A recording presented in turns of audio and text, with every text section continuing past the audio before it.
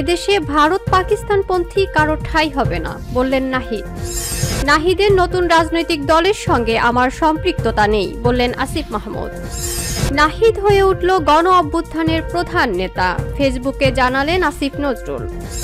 সেনাপ্রধানের এক বক্তব্যে যত বার্তা। আসসালামু আলাইকুম দর্শক, আমাদের হাতে থাকা সর্বশেষ সংবাদে আপনাদের স্বাগত। এতক্ষণ শুনছিলেন সংবাদ শিরোনাম, এবারে থাকছে বিস্তারিত। এদেশে ভারত পাকিস্তানপন্থী কারো ঠাঁই হবে না, বললেন নাহিদ ইসলাম। জাতীয় নাগরিক পার্টি এনসিপি আহ্বায়ক নাহিদ ইসলাম বলেছেন, বাংলাদেশে ভারত পাকিস্তানপন্থী কারো ঠাঁই হবে না। শুক্রবার সন্ধ্যায় মানিক মিয়া এভিনিউ নতুন রাজনৈতিক দল এনসিপির আত্মপ্রকাশ অনুষ্ঠানে তিনি একথা বলেন। এর আগে নাহিদ ইসলামকে আহ্বায়ক ও আক্তার হোসেনকে সদস্য সচিব করে জাতীয় নাগরিক পার্টির আংশিক কমিটির নাম ঘোষণা করে শহীদ ইসমাইল হোসেন রাব্বির বোন মিম আক্তার। নাহিদ ইসলাম বলেন, আমরা সাম্যের কথা, সম্ভাবনার কথা ও স্বপ্নের কথা বলতে চাই। সেই স্বপ্ন বাস্তবায়নে আজ আমরা এখানে এসেছি। গত 15 বছর দেশে যে বিভাজনের রাজনীতির ষড়যন্ত্র কায়েম করা হয়েছিল, জুলাই আগস্টের গণ অভ্যুত্থানে ঐক্যবদ্ধভাবে আমরা তা ভেঙে দিয়েছি। নুসরাত তাবাচ্চুম বলেন, আমরা চাই আমাদের মধ্যে ভালো কাজের প্রতিযোগিতা হোক। যখনই জাতির প্রয়োজন হবে, দল মত নির্বিশেষে আমরা যেন সামনে জাতীয় ঐক্য দেখতে পাই। আমরা তরুণ, আমরা অনেক বড় দায়িত্ব হাতে নিয়ে এগোতে যাচ্ছি। এক্ষেত্রে সবার সহযোগিতা ও দোয়া চাই। জনগণের কাছে আমরা বলতে চাই যে নতুন দায়বদ্ধতা নিয়ে আমরা রাস্তায় নেমেছি, আপনাদের কাছে এসেছি আমৃত্যু, আমরা সেই দায়বদ্ধতা পালন করে যাব।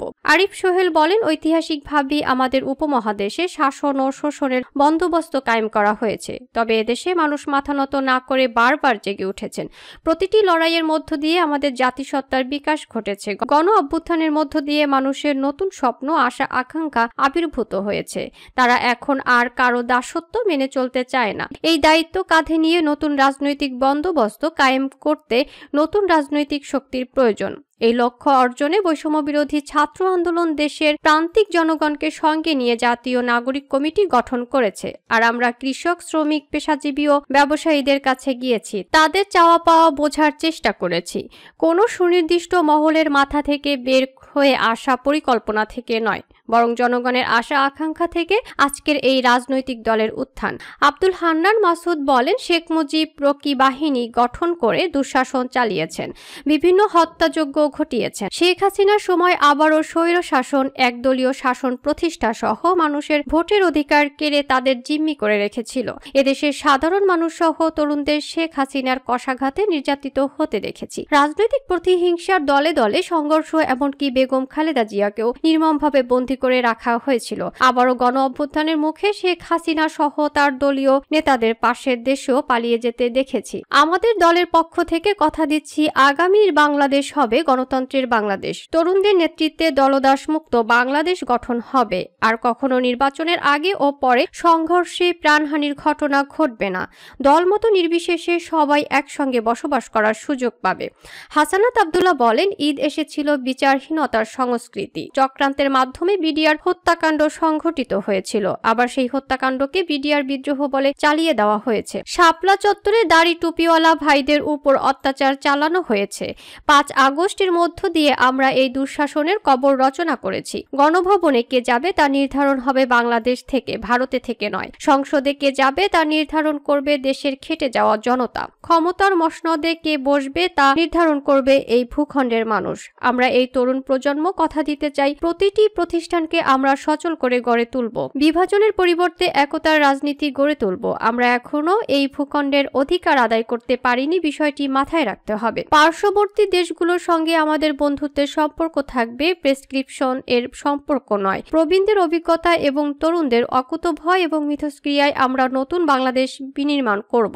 কামার বা কুমারের ছেলে হোক, যোগ্যতার ভিত্তিতে এদেশের নেতৃত্ব উঠে আসবে, এটা আমরা নিশ্চিত করতে চাই। আমরা একটা সমৃদ্ধ বাংলাদেশ চাই, যেখানে মানুষের মত প্রকাশের স্বাধীনতা থাকবে। নাসির উদ্দিন পাটোয়ারি বলেন, বিপ্লবের নেতৃত্ব দিয়ে বৈষম্য বিরোধ ছাত্র আন্দোলন এবং যেসব নাগরিক তাদের জীবন দিয়ে দেশ রক্ষা করেছে তাদের সমন্বয়ে গঠিত জাতীয় নাগরিক কমিটি। এই কমিটির অক্লান্ত প্রচেষ্টায় দেশের আনাচে কানাচে 400টি কমিটি গঠন করতে সক্ষম হয়েছি।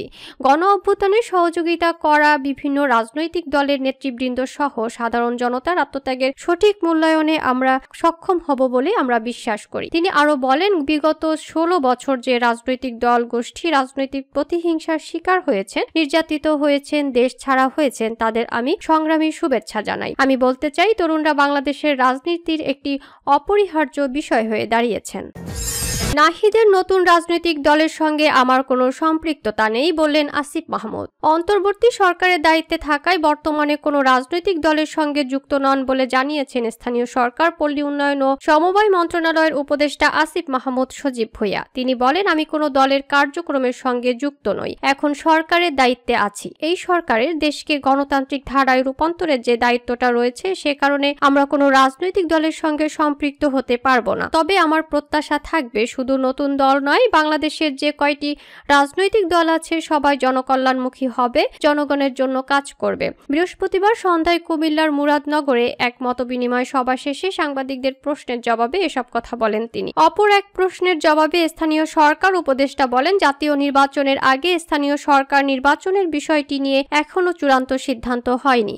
স্থানীয় সরকার নির্বাচনের বিষয়ে সিদ্ধান্ত দ্রুতই জানানো হবে। বিষয়টি নিয়ে আলোচনা চলছে, সিদ্ধান্ত হলে জানতে পারবেন। আইন শৃঙ্খলা পরিস্থিতি নিয়ে সাধারণ মানুষের মধ্যে যে সংখ্যা তৈরি হয়েছিল উল্লেখ করে যুব ও ক্রীড়া মন্ত্রণালয়ের দায়িত্বে থাকা এই উপদেষ্টা আরও বলেন, ইতিমধ্যেই সরকারের নানা উদ্যোগে আইন শৃঙ্খলা পরিস্থিতির অনেকটা উন্নতি হয়েছে। আপনারা দেখেছেন, ইতিপূর্বে ছিনতাইয়ের সংখ্যাটা বেড়ে গিয়েছিল, তাই নিরাপত্তা বাহিনীর টহল জোরদার করা হয়েছে। আপনারা দেখবেন, ঢাকার প্রতিটি অলিগলিতে আইন শৃঙ্খলা বাহিনীর সদস্যদের তৎপরতা বৃদ্ধি করা হয়েছে। বাহিনীগুলো এখন অ্যাক্টিভ অবস্থায় আছে। আমরা আশা করছি খুব দ্রুততম সময়ের মধ্যে আইন শৃঙ্খলার পরিস্থিতি আরও উন্নতি হবে।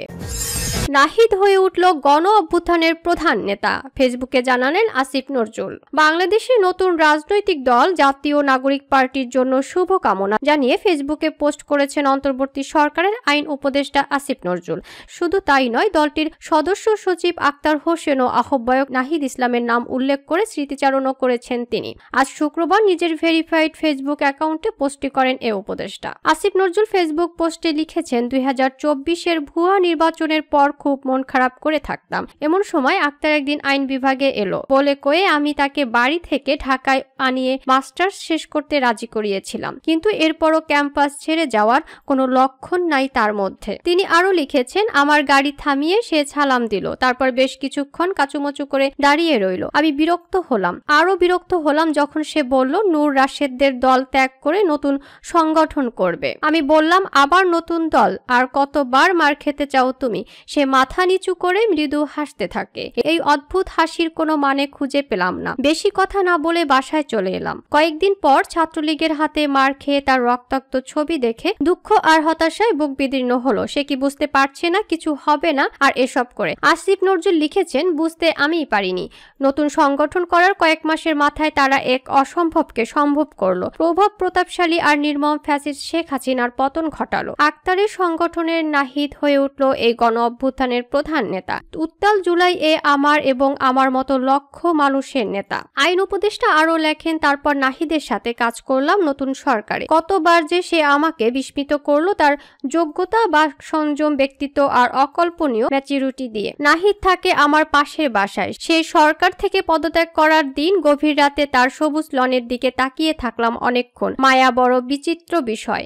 নতুন দলের প্রতি শুভকামনা জানিয়ে উপদেষ্টা আসিফ নজরুল লেখেন, আজ নাহিদ আর আক্তার শুরু করছে নতুন যাত্রা। জুলাই গণ অভ্যুত্থানের ছাত্র তারুণ্যের প্রত্যাশা পূরণে শুরু হলো তাদের নতুন দলের অভিযাত্রা। জাতীয় নাগরিক পার্টির সবার জন্য অনেক দোয়া, শুভকামনা। সেনাপ্রধান ওয়াকারুজ্জামানের এক বক্তব্যে যত বার্তা। বাংলাদেশ সেনাবাহিনী প্রধান জেনারেল ওয়াকারুজ্জামানের বক্তব্য এখন দেশটির রাজনীতিতে আলোচনার কেন্দ্রে। সেনাপ্রধান তার বক্তব্যে কি বার্তা দিলেন তা নিয়ে চলছে নানামুখী বিশ্লেষণ, চলছে নানা আলোচনা। রাজনৈতিক দলগুলো কাদা ছোড়াছুড়ি, পিলখানা হত্যাকাণ্ড, গোয়েন্দা সংস্থা সহ বিভিন্ন প্রতিষ্ঠানকে হেয় করার বিষয়, এমনকি দেশের স্বাধীনতা সার্বভৌমত্বের প্রশ্নে সতর্ক করেছেন তিনি। জেনারেল ওয়াকারুজ্জামান এই বক্তব্যে দেওয়ার সময় তার শারীরিক ভঙ্গি এবং বক্তব্যের ভাষাও বেশ কঠোর মনে হয়েছে। রাজনীতিকদেরও কেউ কেউ এতে অবাক হয়েছেন, কারণ অন্তর্বর্তী সরকারের গত 6 মাসে বিভিন্ন সময় বিভিন্ন অনুষ্ঠানে সেনাপ্রধান যেসব বক্তব্য দিয়েছেন সেসব বক্তব্যের সঙ্গে সর্বশেষ বক্তব্যের পার্থক্য সহজেই দেখা যায়। বিশেষ করে জুলাই গণ অভ্যুত্থানের ফলে গত 5 আগস্ট শেখ হাসিনার শাসনের পতনের দিনে রাজনৈতিক দলগুলোর সঙ্গে বৈঠকের পর সেনাপ্রধান বক্তব্য দিয়েছিলেন। তার সেই বক্তব্যে জানা গিয়েছিল শেখ হাসিনার ক্ষমতা ছেড়ে দেওয়া, অন্তর্বর্তী সরকার গঠনের বিষয় এবং সে সময়ের পরিস্থিতি সম্পর্কে। সেদিনের বক্তব্যে তার শারীরিক ভঙ্গি ও ভাষা তেমন কঠোর বা শক্ত ছিল না। এখন সেনাপ্রধানের এ ধরনের বক্তব্য দেওয়ার ক্ষেত্রে অন্তর্বর্তী সরকার রাজনৈতিক দলগুলোর ব্যর্থতা একটা বড় কারণ বলে মনে করেন অনেক রাজনীতিক। তাদের কেউ কেউ বলছেন গণ অভ্যুত্থানের পর অনেক ক্ষেত্রে অন্তর্বর্তী সরকার ব্যর্থ হয়েছে। বিশেষ করে আইন শৃঙ্খলা পরিস্থিতি নিয়ে চরম উদ্বেগ শঙ্কা তৈরি হয়েছে। রাজনৈতিক দলগুলো বিভেদে জড়িয়েছে। সার্বিকভাবে এটিকে একটি নিয়ন্ত্রণহীন পরিস্থিতি হিসেবে দেখছেন অনেকে। অন্তর্বর্তী সরকার 6 মাসে সার্বিকভাবে তাদের নিয়ন্ত্রণ কতটা প্রতিষ্ঠা করতে পেরেছে এ নিয়ে মানুষের মধ্যে সন্দেহ রয়েছে, আছে আস্থার অভাব। রাজনৈতিক দলগুলো মনে করছে অনেক ক্ষেত্রেই সরকার তাদের অথরিটি বা নিয়ন্ত্রণ দৃশ্যমান করতে পারেনি। অন্যতম প্রধান দল বিএনপির মহাসচিব মির্জা ফখরুল ইসলাম আলমগীর বিবিসি বাংলাকে বলেছেন, রাজনৈতিক দল সহ সংশ্লিষ্ট পক্ষগুলো ঐক্যবদ্ধভাবে দায়িত্ব পালন করতে পারছে না। সে কারণে সেনাপ্রধানকে সবাইকে সতর্ক করে বক্তব্য দিতে হয়েছে বলে মনে করেন তিনি। সেনাপ্রধান গত মঙ্গলবার ঢাকায় রাওয়া ক্লাবে এক অনুষ্ঠানে রাজনৈতিক দলগুলোর বিভেদ সহ বিভিন্ন বিষয়ে বারবার সতর্ক করে কঠোর ভাষায় এই বক্তব্য দিয়েছেন। সীমান্তরক্ষী বাহিনীর সদর দপ্তরে 2009 সালের হত্যাকাণ্ডে নিহত সামরিক কর্মকর্তাদের স্মরণে ওই অনুষ্ঠানের আয়োজন করা হয়। সেনাপ্রধান জেনারেল ওয়াকারুজ্জামান সতর্ক করে বলেছেন, নিজেরা কাদা ছোড়াছুড়ি, মারামারি এবং কাটাকাটি করলে দেশ ও জাতির স্বাধীনতা, সার্বভৌমত্ব বিপন্ন হবে। তিনি এও বলেন, এই দেশ সবার, আমরা সুখে শান্তিতে থাকতে চাই, আমরা চাই না হানাহানি, কাটাকাটি, মারামারি। এমন এক সময় সেনাপ্রধান এ ধরনের বক্তব্য দিলেন যখন রাজনৈতিক দলগুলোর বিভেদ প্রকাশ্যে এসেছে। বিশেষ করে বিএনপি ও জামায়াতে ইসলামী নেতাদের মধ্যে বাকযুদ্ধ চলছে বেশ কিছুদিন ধরে। সংস্কার, স্থানীয় সরকার নির্বাচন ও জাতীয় নির্বাচন নিয়ে এই দুই দলের মতবিরোধ অন্যান্য দলের উপরও প্রভাব ফেলেছে। এসব ইস্যুতে দলগুলোর পাল্টাপাল্টি অবস্থান এখন দৃশ্যমান।